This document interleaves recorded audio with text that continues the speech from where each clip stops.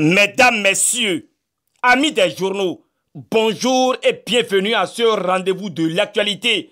La rencontre entre le chef de l'État et la classe politique au lendemain de la proclamation de la liste des partis en lice pour les législatives du 28 avril 2019 reste la préoccupation majeure des canards parus ce jeudi. Le matinal donne les recommandations de Patrice Talon et titre que c'est la rencontre pour éviter l'impasse électorale ainsi annoncée. L'événement du jour ajoute que le chef de l'État a saisi l'occasion pour inviter l'Assemblée nationale à user de ses prérogatives en votant en urgence des lois plus adaptées à la classe politique déçue.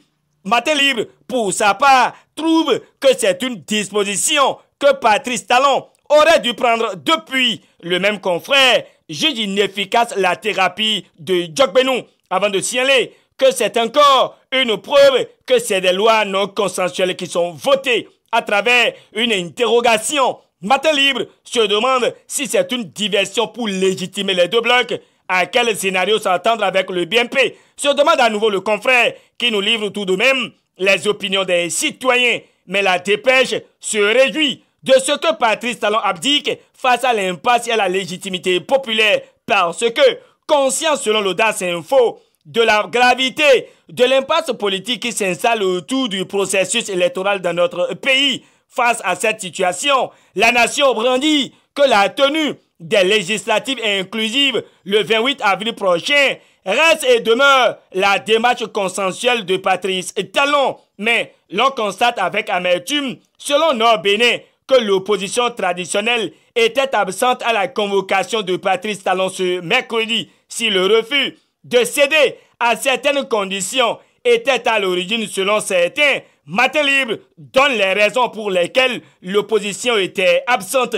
Hier, à la Marina, il n'y avait pas que la rencontre entre Patrice Talon et la classe politique, et le Béninois libéré nous informe que le chef de l'État et les siens étaient également en conclave hebdomadaire. Au thème de cet exercice traditionnel, le journal de Aboubacar Takou nous apprend que d'importantes décisions liées à l'appui du gouvernement pour la construction du siège de l'Association nationale des communes du Bénin que dirige Luc Setondia Atropo étaient au cœur des débats.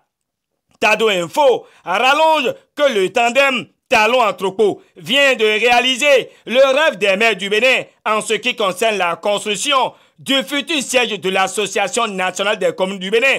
Le confrère précise que c'est un montant de 100 361 421 francs CFA que le gouvernement a mis à disposition. Le Béninois libéré, concernant le Conseil des ministres, étale que le volet crédit par l'assurance pour le renforcement du capital humain H était également au cœur des préoccupations ce mercredi. Le journal n'oublie pas de mettre l'accent sur le drainage des eaux fluviales à Cotonou, où un montant de 32 797 850 000 est obtenu par la Banque européenne d'investissement pour faire face aux travaux. Le Béninois libéré termine avec le compte rendu du Conseil des ministres en indexant les décisions prises concernant le déroulement de la campagne de commercialisation des noix de cajou. Fraternité renchérit que le cajou sera vendu à 400 francs CFA le kilogramme, un prix soutenable aux producteurs.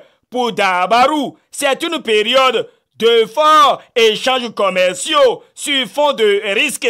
Le télégramme Saint-Escoury donne lecture de l'intégralité du compte rendu du Conseil des ministres tenu hier.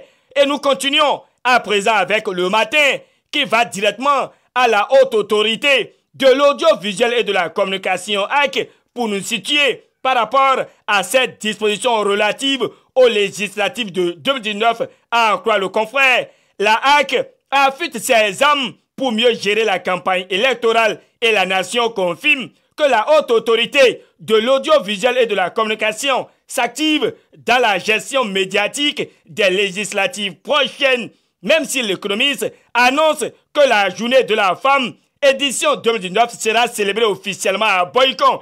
GS Communication reconnaît de son côté la valeur, la qualité et la dignité de la femme africaine voire béninoise et souhaite que celle-ci soit pour certaines d'entre elles le début d'une prise de conscience.